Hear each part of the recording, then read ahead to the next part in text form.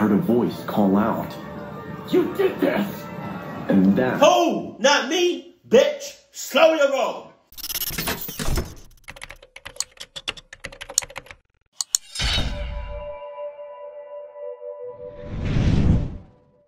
Sup? Done. My name is Jack, and I never believed in the supernatural. Not until that fateful I do. Always have and always will. night at a McDonald's in my small Alabama town. Fresh out of school, the job was supposed to be a simple way to earn some cash, but what transpired that night was anything but simple. The evening began typically enough, with the usual bustle of customers and the familiar routine of preparing fast food. Fries, burger patties, buns, ice creams, more fries, apologizing to an angry customer even though it isn't your fault, few online orders here, covering the coffee shifts there, and just when you sit down to scroll a few mindless TikToks, fries again. However, as the night progressed and the customer flow dwindled, an unusual patron caught my attention.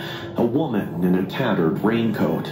Hell no! She giving you go. Come on. Hair was dark, her eyes unnervingly. I can't do it. I can't Focus. Look at the way she's looking at you. She's staring at you like a mother clucker. Like she looking at you like she gonna cluck you up to the max type shit. Like, hey, I can't. She move an inch, I'm clucking her up on sight. Oh, I'm hauling ass. On me. She ordered a coffee and sat in a dimly lit corner of the restaurant, her gaze never wandering from my direction. It actually took me some time to figure that I was being checked out. Now, I don't mean to brag, but I have had my fair share of could cut her with this jawline moments. I was half genetics and half malnutrition that did it. But hey, if poverty can make you look sexy, what's the harm, right? Anyway, I tried to shake off the eerie feeling she gave me, dismissing it as mere fatigue or perhaps my imagination running wild. The hours ticked by and the diner gradually emptied, leaving an oppressive silence in its wake. That's when my coworker, the only other person in the restaurant, suddenly collapsed. What the hell? The shock of it jolted me from the numbness of my routine. I would have been like, God damn. Them Big Macs will do it to you. Them Big Macs, the fish fillets, them French fries. What the hell do they be putting in those McDonald's French fries? Because it seemed like everybody loved those McDonald's French fries. One moment, he was washing the fryer and cribbing around his girl who has a thing for his credit cards. The next moment, his face was rushing to meet the ground. I rushed to his side, finding him unconscious but breathing. But hold on now. Hold on now. You need to keep watch on that old. Not she look old. I'm not gonna lie. She look that middle-aged cluck ass lady. Look, I'm saying you helping your friend out, but at the same time you need to be like helping your friend out, but looking. Hell no. Because I felt like she gonna be gone. I grabbed him and somehow managed to get him to his car, advising him to get some sleep. His girlfriend's place was 2 blocks away, so even though I offered to drop him, he was sure that he was fine. I don't know, bro, he said.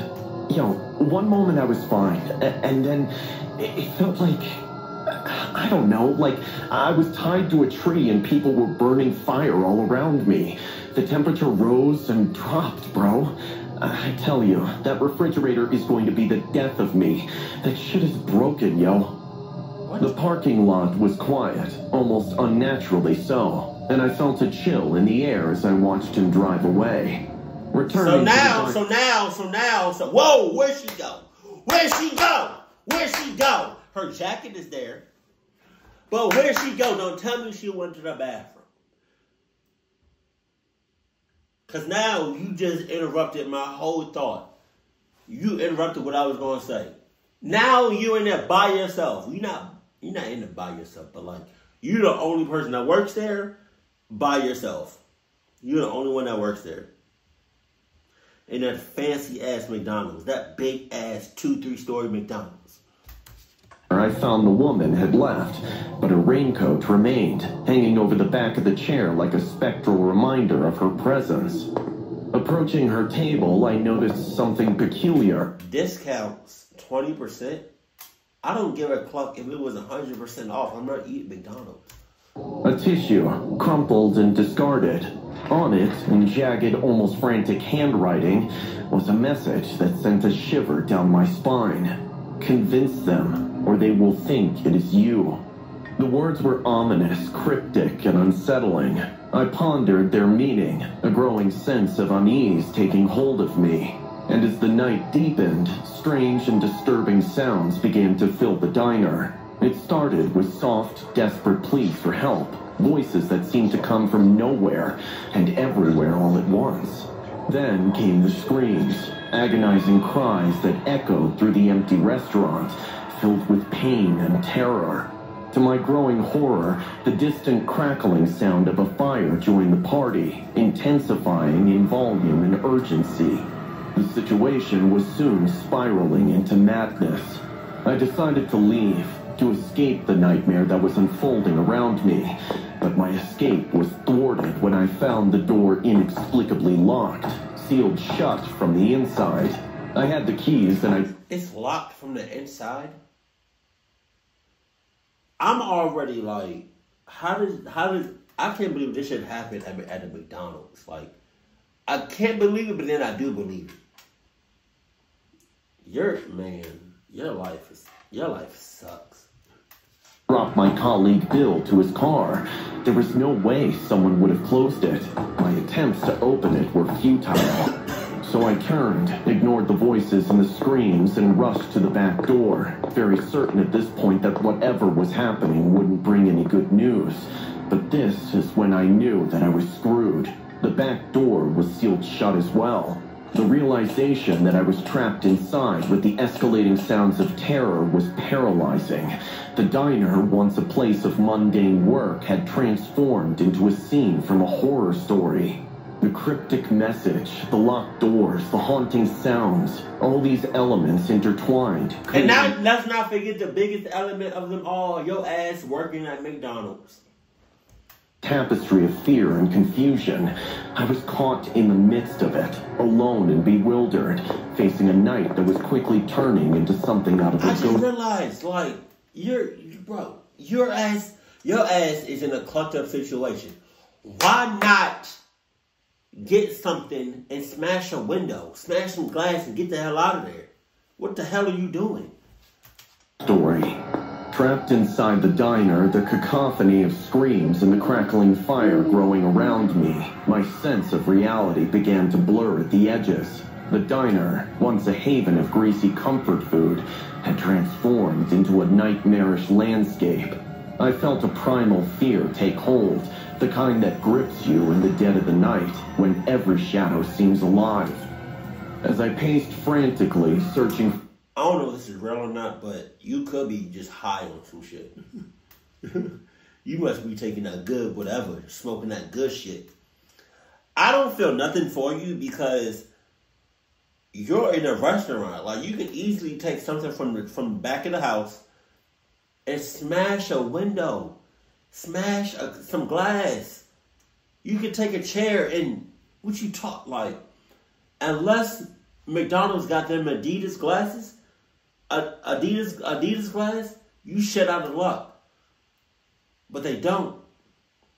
So grab a chair from the lobby and smash a window. Any means of escape, the diner's lights flickered ominously, casting eerie shadows across the walls. It was then that I first saw them. Horrifying apparitions, figures with severe burn injuries, their expressions contorted in pain and anger. This also could be a hell of a prank. But also, you could be high on some shit. They seemed to notice me, reaching out with charred hands, only to vanish as soon as they touched me. Their presence was both terrifying and heart-wrenching. In a desperate attempt to understand what was happening, I ventured into the back of the restaurant, a section I rarely visited. There, hidden behind old storage racks, I discovered a decayed part of the building I never knew existed. I mean, I had been there a few times, but I could swear that there was a wall at that place. That was somehow gone. In its place was a small, dusty room that looked out of place, as if something from the past that didn't belong there. The walls of this small room were lined with old, yellowed newspaper clippings. My eyes were drawn to a headline that sent chills down my spine. Devastating fire at local business claims numerous lives. The date was decades ago, but then I read something which sent chills down my spine. The articles detailed a tragic fire that had occurred on these very premises back when it was a bustling furniture mall. So y'all gonna build a McDonald's over a already established business that killed mad people. So that McDonald's is haunted like a mother clucker. Oh my God. That is something you should have said during the interview process. Cause I promise you I wasn't gonna be working there. I promise you. Y'all should have just shut that shit down. Worse yet, amidst the images of the deceased, I saw a few familiar faces. The faces in the photos matched the apparitions haunting me. The realization hit me like a ton of bricks. The apparitions. So they just have that information about what happened before the McDonald's was there? They just have that in the what's? I'm glad they have that, but like if you gonna have it, at least have it like in public, or at least have it where the employees can read about it, but like don't just have it tucked away. Cause having it tucked away and then somebody finding it is a little bit different. Like I'm pissed. I'm pissed because I'm pretty sure nobody that works there knew off rip that the McDonald's is haunted.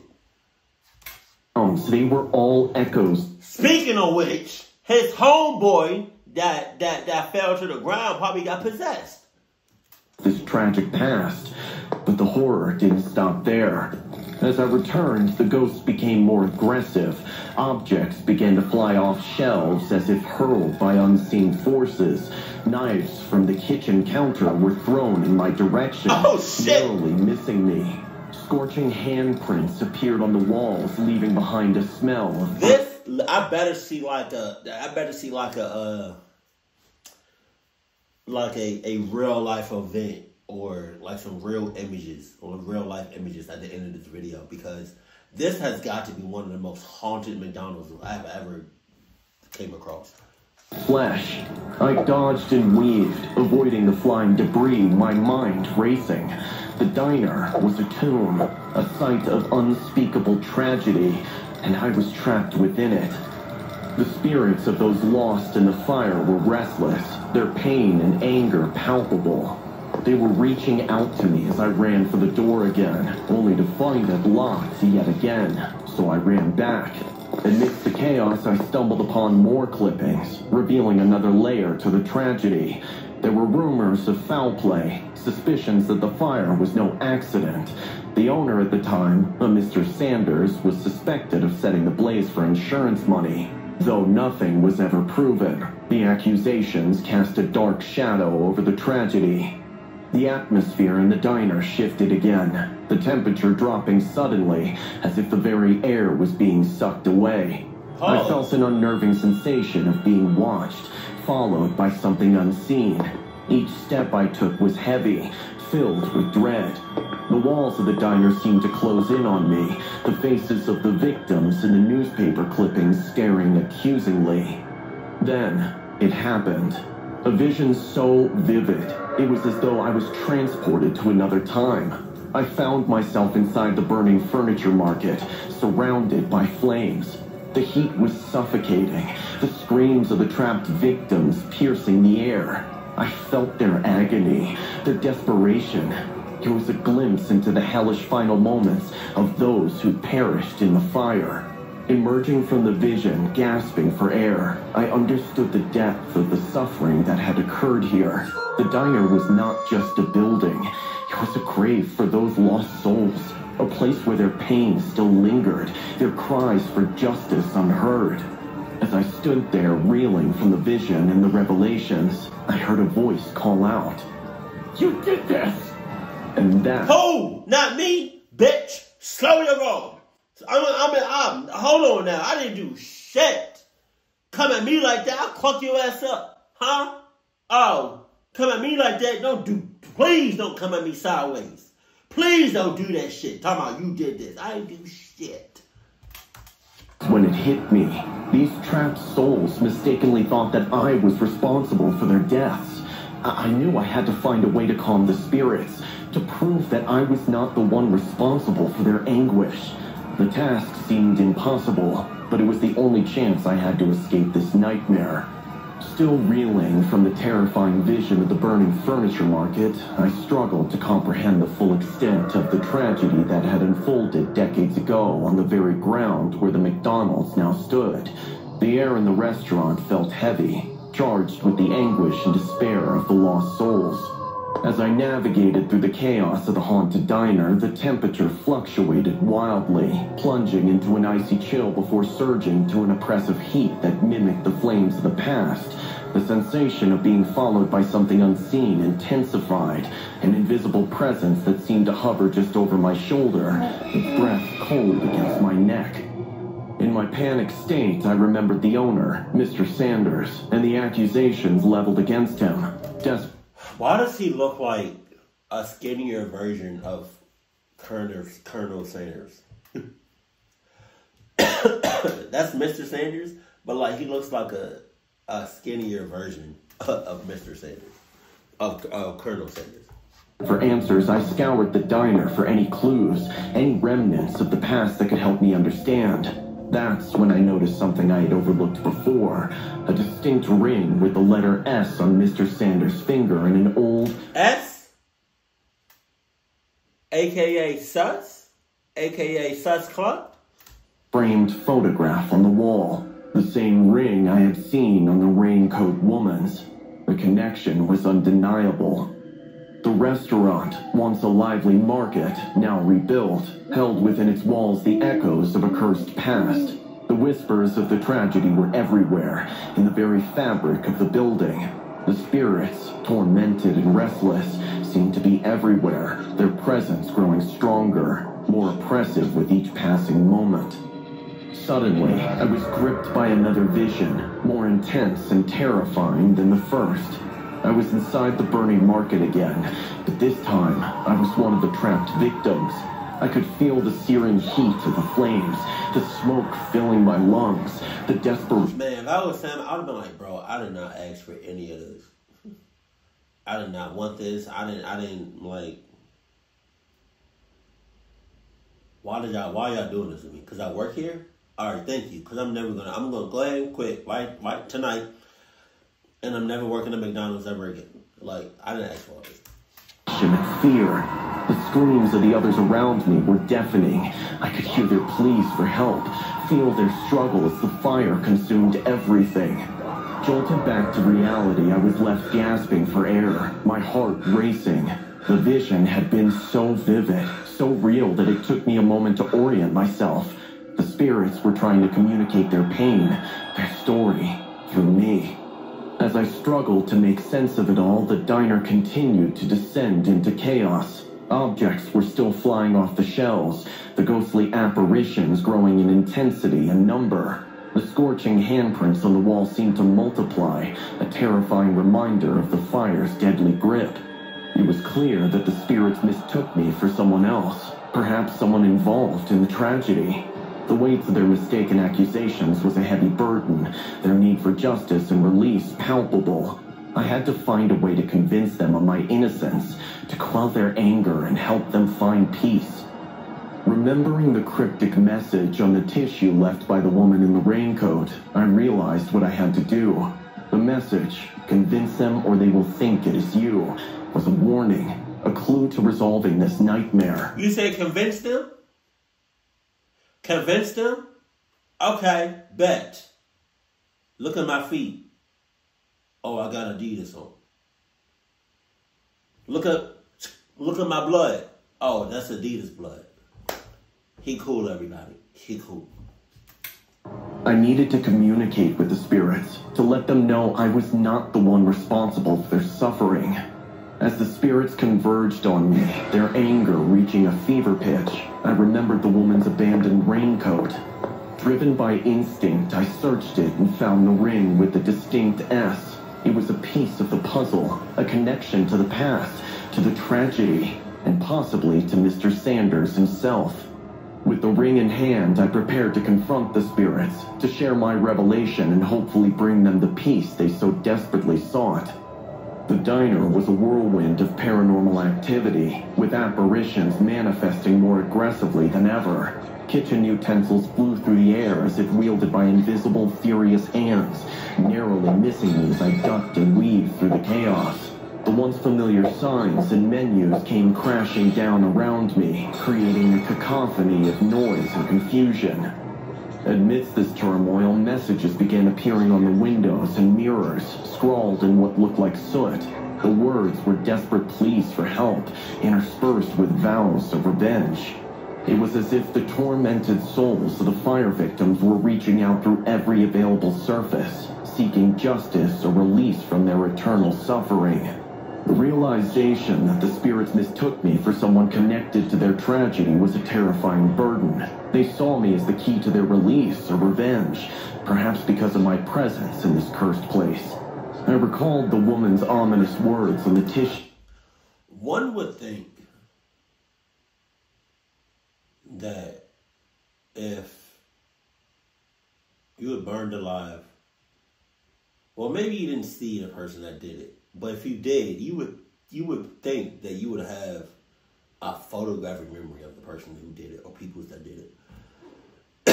Also, if you're burned alive, right? If I read somewhere that you burned alive, don't make me experience it. I can pretty much know how you feel or how you felt at that moment being burned alive. I can pretty much know how you would feel. Like, I'm good. You do not have to put me through that. Convince them or they will think it is you. It was a warning, a directive that I now understood all too well. As I clutched the ring with the distinct S, a symbol connecting me to the past, to Mr. Sanders, and to the woman in the raincoat, I prepared to make my stand. The spirits converged on me, their ethereal forms swirling with anger and pain. I felt their eyes upon me, their gaze heavy with accusation. In a moment of desperate courage, I raised my voice. "I'm not who you think I am!" I shouted, my words seemingly lost in the chaos. But I pressed on, driven by a need to quell their anger and bring them peace. I explained that I had no connection to the fire, to the tragedy that had befallen them. I was just a worker at the diner, unwittingly caught in the midst of their anguish. Holding up the ring, I implored them to see the truth. The ring was a symbol, a piece of the past that I had inadvertently become entwined with. I spoke of the woman in the raincoat, her mysterious message, and how I came to find myself in possession of the ring. The apparitions paused, their forms flickering as if in doubt. The intensity of their anger seemed to wane, replaced by a cautious curiosity. It was a moment of respite, a chance for me to reach out to them further. I pleaded with them to understand, to recognize that I was not the architect of their suffering. I spoke of my own fears and confusion, of being thrust into a nightmare I could not comprehend. My words were a mix of apology and explanation, a desperate plea for understanding. As I spoke, the chaos around me began to subside. The flying objects settled, the crashing signs stilled, and the messages on the mirrors and windows faded. The spirits, their forms less menacing now, seemed to be listening, their need for vengeance giving way to a desire for the truth. In that moment, I realized the power of acknowledgement, of giving voice to the pain and suffering of those long silenced. The spirits, bound by their tragic past, were seeking recognition, a chance to be heard and understood. Kneeling amidst the settling chaos of the diner, I clutched the ring tightly, a symbol of a tragic past that had inadvertently become part of my present. The spirits, now less aggressive, hovered around me, their forms flickering with residual anger and confusion. Gathering all the courage I had left, I addressed the spirits, my voice echoing in the now eerily silent restaurant. "I killed him," I declared, the words heavy with a significance I had only just begun to understand. The spirits froze, their ethereal forms still, as if processing my confession.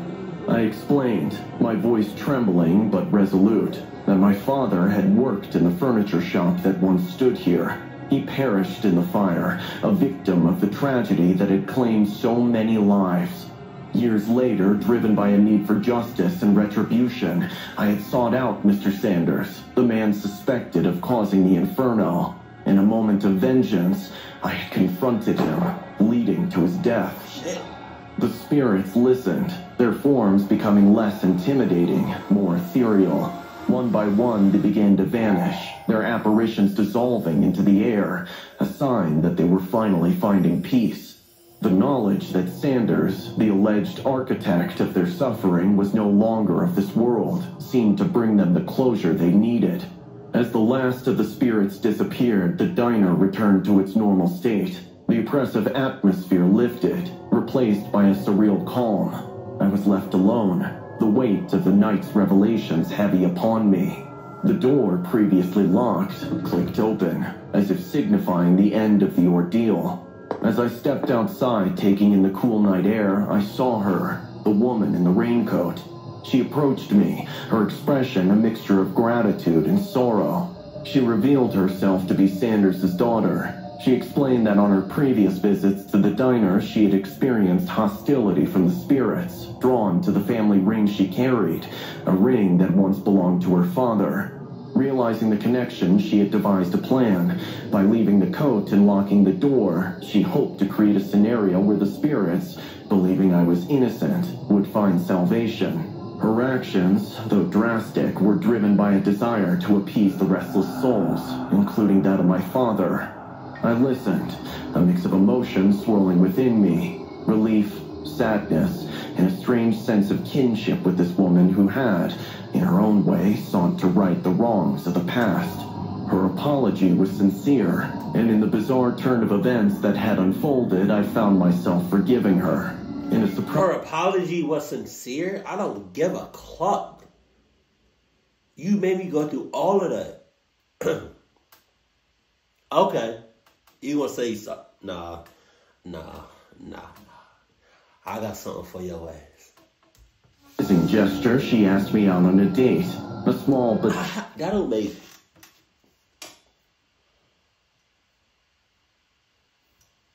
I can't trust you. I don't want to trust you. I don't want nothing to have to do with you. Because if I see you again, it's on sight. I'm clucking you up. I'm breaking all bones in your body. All right? I'm snapping your neck. I'm snapping your ankles. I'm breaking your kneecaps. Like, you just made me go through all of that, what they went through. And you'll ask me on a date. I gotta be dreaming. This can't be real.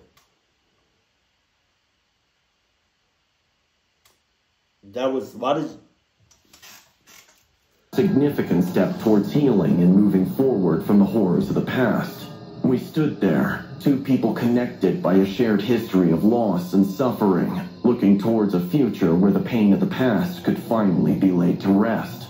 As I walked away from the diner, the first light of dawn breaking over the horizon, I felt a sense of closure. The spirits of the fire victims had found peace, and with them, a part of me had found peace too. The diner, once a site of tragedy, now stood as a testament to the resilience of the human spirit, What you crying and the power of truth and reconciliation. Why are you crying? Okay, I got a range of emotion throughout this video because why? I don't understand when you first witnessed some cluck shit. Why, especially when you were trapped inside. why didn't you get something from within McDonald's and break a window? I would have done that first and foremost. I would have got a chair from the lobby. I would have smashed the window, and I would have just hauled ass and never came back. That just pissed me off the whole time. Like, I was just thinking that the whole time. Like, I don't understand that. The person that hired me to work at McDonald's, you could have said something. You know? Now, I don't know. Alright, I'm not doubting that this story is not real. But a lot of animated horror stories can go like a bit overboard or a bit like be doing too much, you know, or a bit exaggerated. I get it, but like I would have loved to see like a picture of the real McDonald's location that this happened, or like some sort of like real image of the McDonald's that this happened. And also, I'm mad that he didn't break a window. I'm mad his boss didn't say nothing to him during the interview process. And I'm mad that he just kept going along with it. This story just kind of made me mad, and I just had like a range of emotion. And I don't understand why he cried at the end of the story. Oh my God. And then that lady that trapped me inside has the nerve. Like, she just pissed me off. Oh my God. It's just so much with this story. Keep it cool, keep it classy. And I love you. Stay happy, my family.